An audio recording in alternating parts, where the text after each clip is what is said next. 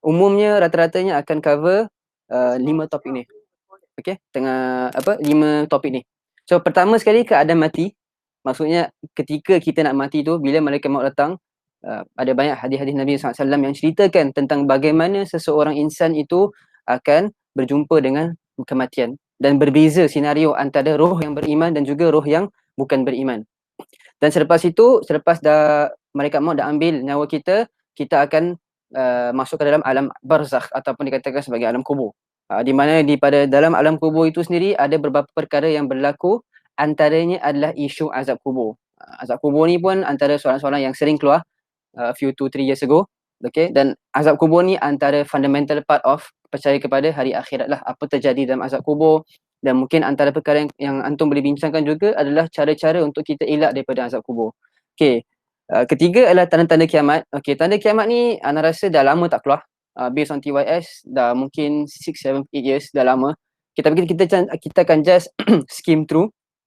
So tanda-tanda kiamat ni terbagi kepada dua, tanda kiamat besar dan juga tanda kiamat kecil. Okey, hal ehwal hari kiamat. Kebanyakan soalan yang akan keluar pada A-levels tentang hari akhirat adalah yang keempat ni lah, hal ehwal hari kiamat.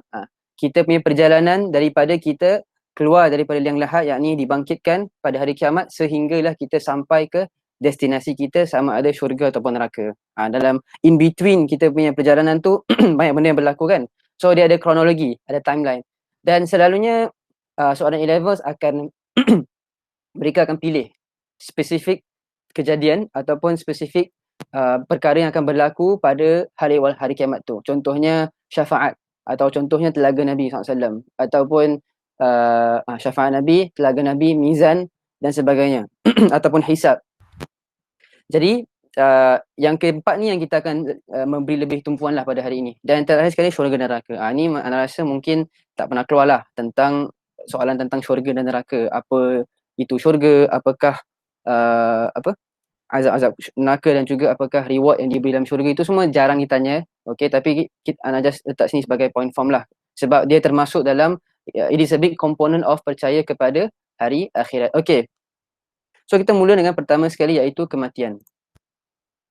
Okay, bila kita bincang pasal kematian, ada beberapa perkara.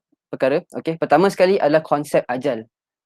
Jadi minggu lepas kita dah bincang pasal qada wa qadar kan. Kita dah katakan kan, kalau ingat balik minggu lepas kita katakan percaya kepada qada wa qadar ini bergantung kepada kita percaya kepada 4 perkara penting. Kalau siapa ingatlah. Okay, 4 perkara penting atau kita katakan sebagai 4 martabat qada wa qadar.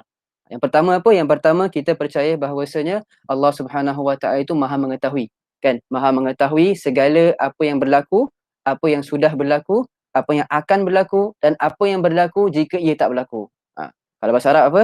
Ya'lamu ma kana wa ma yakun wa ma sayakunu wa ma kana law kan. Itulah dia punya structure dia. Okey. Kedua, kita percaya bahawasanya segala apa yang berlaku di muka bumi ini dan di alam ini secara umumnya telah ditakdirkan oleh Allah Subhanahu Wa Taala, telah ditulis oleh Allah dan diletakkan di Lauh Mahfuz. Segala apa sahaja yang berlaku telah ditulis di Lauh Mahfuz. Kan? Banyak sangat hadis-hadis Nabi sallallahu alaihi wasallam tentang perkara inilah. Yang paling famous sekali dalam Sahih Bukhari kan. Ada sebuah hadis di mana Rasulullah SAW bersabda, "Innallaha kataba maqadir kulla syai'in qabla an yakhluqa as-samawati wal ard bi 5,000 sanah." Sungguhnya Allah Subhanahu Wa Taala telah menulis segala apa yang akan berlaku sebelum Allah ciptakan langit dan bumi selama 150,000 tahun.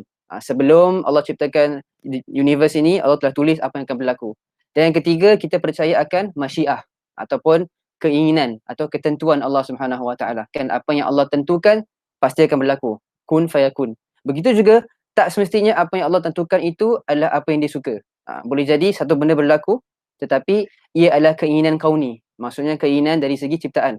Tapi ia bukan keinginan syar'i. Maksudnya Allah Subhanahu Wa Taala tidak suka ataupun benci perkara tersebut. Tetapi Allah biarkan ia berlaku dalam alam ini disebabkan ada hikmah yang lebih besar. Contohnya wujudnya iblis atau wujudnya kesesatan, kesengsaraan dan semualah perkara-perkara yang ada di muka bumi ini, kesemuanya berlaku di atas ataupun disebabkan masyiatillah ataupun keinginan Allah Subhanahu Wa Taala kun fayakun, namun tak semua perkara yang Allah inginkan dan berlaku di muka bumi ini adalah apa yang Allah suka. So kita katakan ada dua kan, keinginan Allah atau ketentuan Allah itu ada ketentuan pertama iaitu ketentuan kauni, irada kauniyah. Yang kedua ketentuan syar'i, irada syar'iyah. Yang pertama bergantung kepada ciptaan. Apa yang Allah ingin ciptakan ia akan berlaku. Kedua, apa yang Allah suka dan Allah tak suka itu yang dia syariatkan. Contohnya Allah tidak suka kufur, kan? Dalam surah Az-Zumar Allah kata wala yarda li ibadihil kufur. Dan dia tidak redha akan hamba-hambanya kekufuran.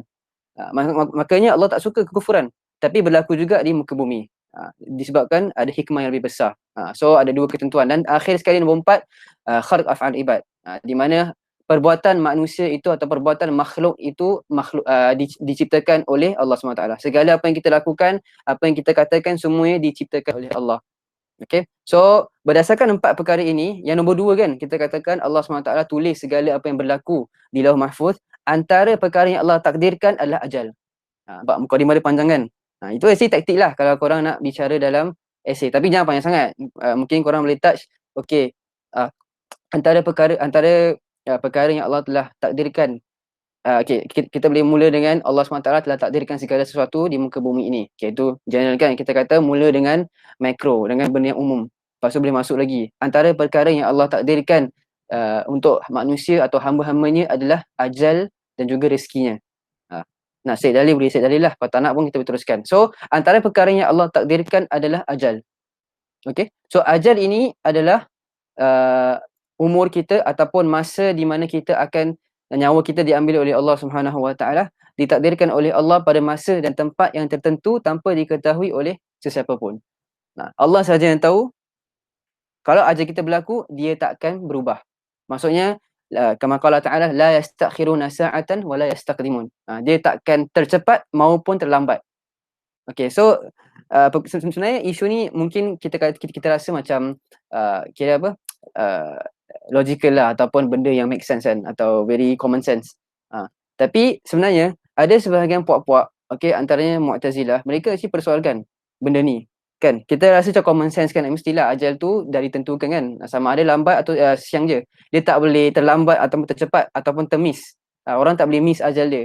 Okay, so kenapa kita katakan ajal ni penting, atau kenapa kita kena sebut pun tentang ajal? Kerana ada sebahagian puak antara Mu'tazilah, mereka ada persoalkan isu ni. Isu dia dalam sikit lah, okay, tak nak bincang, cuma boleh just kasih a hint. Mereka katakan, okay, contohnya lah kalau orang tu ditakdirkan meninggal esok pagi pukul 9, letaklah Saturday pukul 9, tapi tiba-tiba dia kena okay, ada orang cuba nak bunuh dia pukul 8. Okay, cuba nak bunuh dia pukul 8, jadi orang tu bunuh 8.30. So adakah bermaksud bahawasanya orang ini telah potong jalan ajal dia, ataupun ajalnya berlaku bila orang tu mati, sedangkan asalnya ajal pukul 9? Macam gitulah. Okay, so kita nampak macam very philosophical kan, macam very terlalu banyak gunakan akal mempersoalkan perkara-perkara yang ghaib. Okay, so kita jangan pedulikan benda ni. Cuma kita katakan ajal itu adalah umur kita ataupun umur yang ditakdirkan oleh Allah Subhanahu Wa Taala, di mana Allah akan cabut nyawa kita pada masa dan tempat yang tertentu tanpa diketahui oleh sesiapa pun. Ini ada hadis oleh Nabi SAW kan, di mana Allah telah menjadikan ajal itu telah ditakdirkan pada hari ayamin ma'dudah, okey, pada hari-hari tertentu, wa arzaqil maksumah. Sama juga rezeki pun telah ditakdirkan pada waktunya. La yu'ajjila syai'an qabla hillihi. Tidak akan dipercepatkan satu perkara pun antara rezeki dan ajal itu sebelum berlaku benda tu. Au yu'akhiru syai'an. Dia pun takkan lambat. Maka dia akan berlaku pada on the point. Okay, kalau dia mati Saturday, Saturday lah, takkan miss. Kalau dia mati on Sunday, dia akan mati on Sunday, takkan terlepas. Sama juga dengan rezeki. Rezeki tu tak boleh avoid. Dia macam orang tembak arrow kan. Arrow tu terkena dia punya point mark dia, macam gitulah. Dia tak boleh tekanan terkiri, dia akan hit the point. Okay, dia takkan lambat, takkan cepat. Okay, suatu ajal. Okay, so bila berlakunya, okay, misal kata seseorang itu telah sampai kepada ajalnya, masa di mana masa kematiannya telah sampai. So, kejap .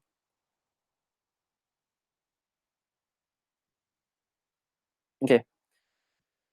So, Bila seseorang beriman itu meninggal dunia, okay, bila ajalnya dah sampai, kita boleh nampak ada dua manusia, ada dua jenis manusia. Pertama, orang yang beriman, dan kedua orang yang kafir. So dalam sebuah hadis dalam Sahih Muslim, okay, hadis itu panjang sangat. Okay, cuma kita potong-potong, bukan potong lah, kita pendekkan ikut point form.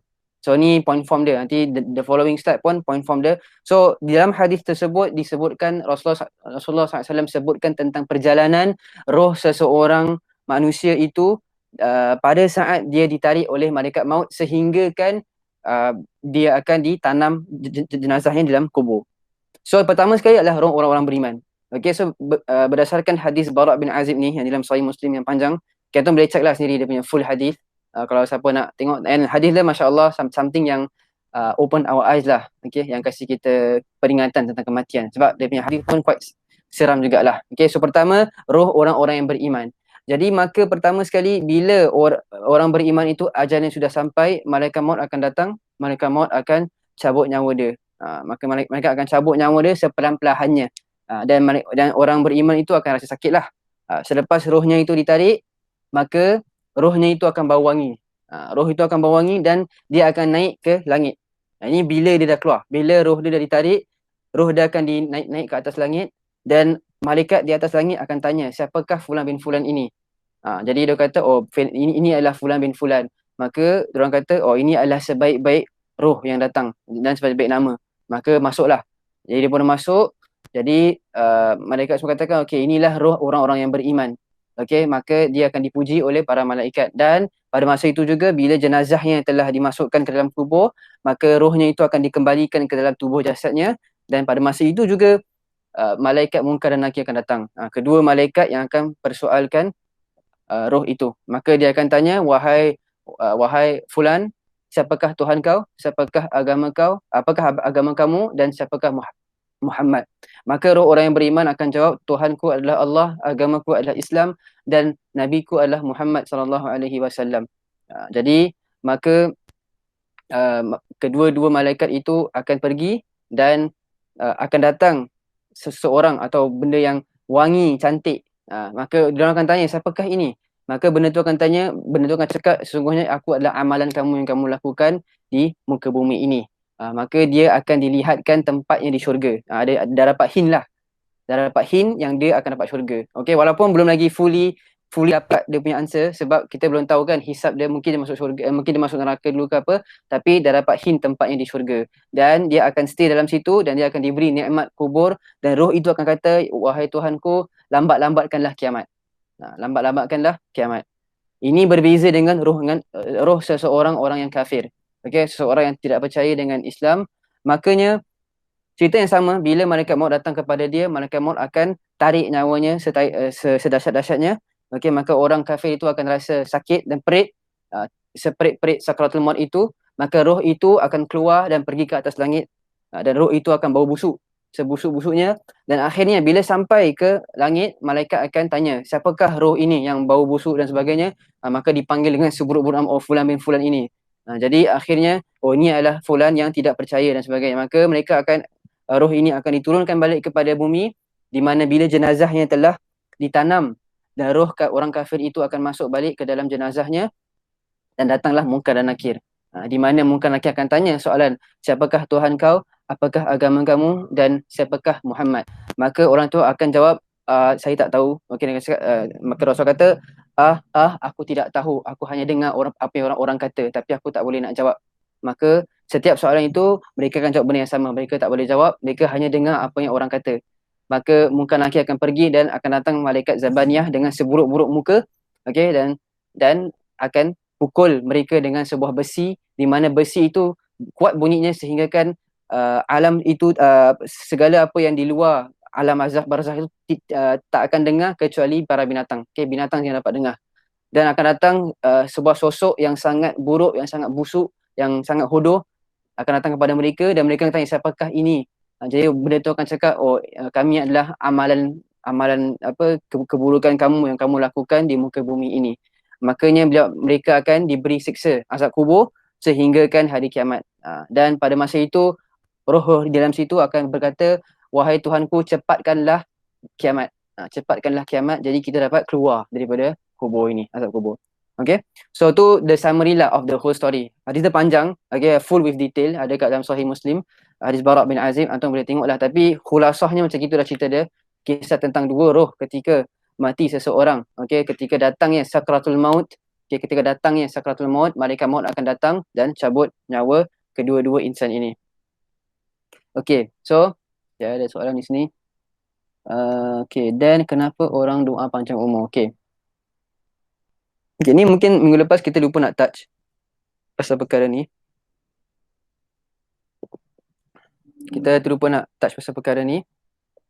Tentang kaitan antara panjang umur dan juga ajal. Kan? So, persoalannya adalah betul ke, sebab ada satu hadis di mana Rasulullah SAW kata dalam Sahihain, okay, sesiapa yang inginkan umurnya dipanjangkan atau rezekinya diluaskan, maka sambunglah silaturahim. Atau kama qala sallallahu alaihi wasallam. Okey, falyasil rahimahu. Maka sambungkanlah silaturahimnya. Okey, jadi ulama bincangkan bahawasanya, okey, sebenarnya panjang umur ni telah ditulis. Cuma ianya tidak ditulis dalam buku malaikat. Faham tak? So, bila kita doa, bila kita contohnya kita doa panjang umur ataupun kita dapatkan silaturahim, maka Allah Subhanahu Wa Taala akan panjangkan umur kita kalau doa kita dimakbulkan ataupun kalau amalan kita dimakbulkan, dan malaikat akan tulis, okey, fulan panjang umurnya akan dipanjangkan sekian-sekian. Tetapi sebenarnya the whole calculation tu sebenarnya telah dilakukan dalam Lauh Mahfuz. Maksudnya Allah dah tahu dah. Allah dah tahu yang fulan ni, okey, fulan ni A, fulan A, Muhammad akan ditambah umurnya pada waktu sekian dan ditambah umurnya sekian dengan sebab sekian. Kan kita dah bincangkan hari itu, setiap perkara yang berlaku kat muka bumi ini, setiap takdir yang berlaku, semuanya berkaitan rapat dengan sebab dan musabab, kan. Setiap takdir berlaku di atas sebab. Okey, orang kita tak akan masuk neraka kecuali dengan sebabnya, iaitu melakukan amalan yang buruk. Sama juga kita tak akan masuk syurga kecuali dengan sebabnya, iaitu beriman dan beramal soleh. Sama juga di sini, bila kita datangkan sebab untuk panjangkan umur, maka sebenarnya Allah dah takdirkan panjang umur kita dengan sebab bersekali. Cuma para malaikat di dalam suhuf mereka, bila mereka tulis tu, sebab kita kena ingat, antara, kan tadi kita kata apa? Ada 4 martabat, kan? Second martabat tadi apa? Penulisan takdir. Antara penulisan takdir juga selain daripada ajal adalah penulisan kita punya rezeki, kita punya ajal, kita punya kegembiraan dan kesengsaraan bila kita masih di dalam perut ibu kita. Kan ada sebuah hadis yang ke-3 dalam hadis 40, kan? Hadis ke-4, sorry. Hadis Abdullah bin Mas'ud. Kan, kita, hadis tu panjang lah. Mungkin sama Fir dah hafal pun hadis tu. Di mana Rasulullah SAW kata, kan, pada selepas 140 hari itu, nutfah itu akan berubah jadi alaqah jadi mudghah dan sebagainya. Sehingga kan nanti bila dah sampai mudghah, dah sampai jadi mudghah, akan disaupkan dengan tulang, idhamah, dengan lahmah, dan malaikat akan datang, fayursilu ilaihil malak, kan, fayuktabu bi arba'in kalimatin, maka malaikat akan tulis 4 perkara, bikatbi rizqihi, tulis rizkinya, wa ajalihi, ajalnya, wa syaqiyun aw sa'id, kegembiraan dan juga kesengsaraan dia. So antara perkara yang malaikat tulis dalam sebab each person ada dia punya personal document lah, senang kata. Kita ada kita punya personal file yang malaikat tulis. So kita punya, senang kata, kita punya personal details lah, kan. Kalau kat Singapore kita ada apa? Birth cert, IC number. So ini rekod malaikat yang rekod lah. Tu kiasan paling cantik kita boleh katakan. Kita punya ajal, kita punya rezeki, kita punya destiny. Okay. So bila hadis tentang panjangnya umur, so ulama katakan bahawasanya, okay, Allah SWT tahu dan telah tulis di Lauh Mahfuz. Tapi bila kita lakukan sebab untuk panjang umur, contohnya merapatkan silaturahim ataupun kita berdoa untuk panjang umur dan sebagainya, kan, maka malaikat akan tulis, okey, fulan, okey, selepas dapat tahu yang kita berdoa dimakbulkan, fulan akan ditambah umurnya sekian-sekian, okey, disebabkan sekian. Tapi pada asalnya di Lauh Mahfuz sudah Allah SWT tahu dan sudah Allah tulis di dalam situ. Okey, satu tentang ajal lah, ajal, rezeki, dan juga kaitannya dengan panjang umur dan juga kaitannya dengan penulisan takdir. Okey. Okay, so kita dah discuss pasal roh, kan.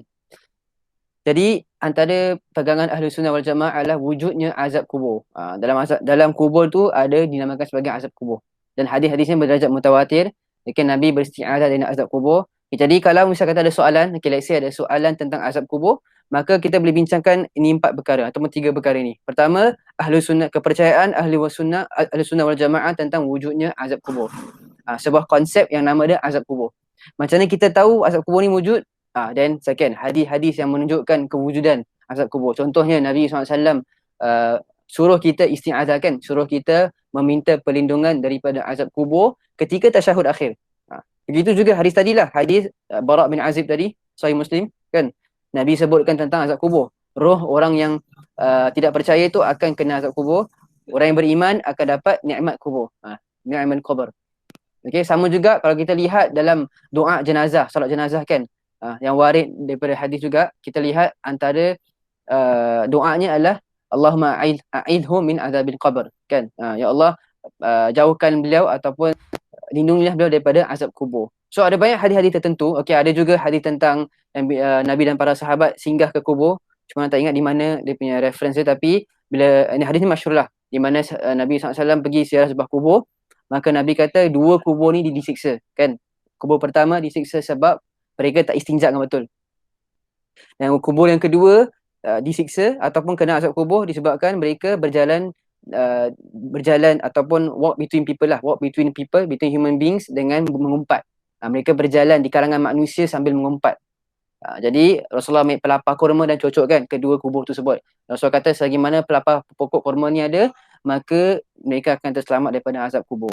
Jadi ada banyak hadis-hadis, korang boleh check lah. Ada juga yang simple-simple macam tadilah kan, doa di mana lepas tasyahud Rasulullah suruh kita minta perlindungan daripada azab kubur. Okay, so kita dah bincang tentang dalil-dalil kewujudan ahli sunnah, kewujudan azab kubur dan bagaimana azab kubur tu berlaku. Okay. Yang last kali tu tafsiran ayat, okay, ni extra lah sebenarnya. Okay, ni antara dalil ayat Quran. Sebab antara hujah mereka yang tak percaya azab kubur, okay, sebenarnya ada kumpulan-kumpulan yang tak percaya azab kubur. Antaranya adalah golongan Mu'tazilah. Nanti kita akan touch pasal benda ni. Okay, so Mu'tazilah tak percaya azab kubur ni. Bukan sebab mereka tak percaya benda gaib, cuma mereka kata hadis-hadis hadis-hadis tentang azab kubur ni, dia ni tak sahih bagi diorang lah. Kenapa tak sahih? Sebab hadis dia ahad, bukan mutawatir. Okey, ni korang belajar dalam usul fiqh kan, hadis mutawatir dengan ahad. Okey, ni perbincangan yang sangat besar lah. Okey, cuma kita nak discuss benda ni. Cuma reason kenapa orang tak terima, mereka katakan bahawasanya hadis azab kubur ni adalah hadis ahad. Itu pertama. Kedua, mereka kata dalam Quran tak ada sebut pasal azab kubur. So ulama Ahlussunnah kata tak ada wujudnya ayat Quran. Dan dalam surah Ghafir ni lah, ayat 46, di mana Allah SWT kata an-naru yu'raduna 'alaiha ghuduwan wa 'ashiyya. Okey, neraka ataupun api akan dibentangkan kepada mereka siang dan malam. Siang dan malam. Okay, ni ayat ni Allah tengah address apa? Allah tengah address Fir'aun dan kumpulan mereka. Lepas tu Allah sambung, wa yauma taqumus sa'atu adkhilu ala fir'auna asyaddal 'adzab. Dan pada hari di mana berlakunya kiamat, masuklah ahli Fir'aun, okey, mereka ikut Fir'aun ke dalam azab yang pedih. Okey, so dalam ayat ni kita lihat, pertama Allah sebutkan tentang api, kan? Api yang akan diberi kepada mereka. Selepas tu Allah kata, okey, nanti kiamat mereka akan masuk neraka. So logiknya, kan, api yang disebutkan first tu tak ada kena dengan kiamat. Tak ada kena dengan neraka. Jadi ulama Ahlussunnah kata ini sebenarnya adalah hadis tentang azab kubur. Ataupun ayat Quran tentang azab kubur. Okey, dan ada tafsirnya lah daripada para sahabat yang ini memang tentang azab kubur. Okey, sebab Allah sebutkan punishment ataupun siksaan sebelum berlakunya kiamat, sebelum mereka masuk ke dalam neraka, dan lepas tu baru Allah sebutkan tentang neraka. Wa yauma taqumus saa'ah adkhilu ala fir'auna asyaddal 'adzab. Dan hari berlakunya hari kiamat itu, maka masuklah ahli Fir'aun ke dalam azab. Okey.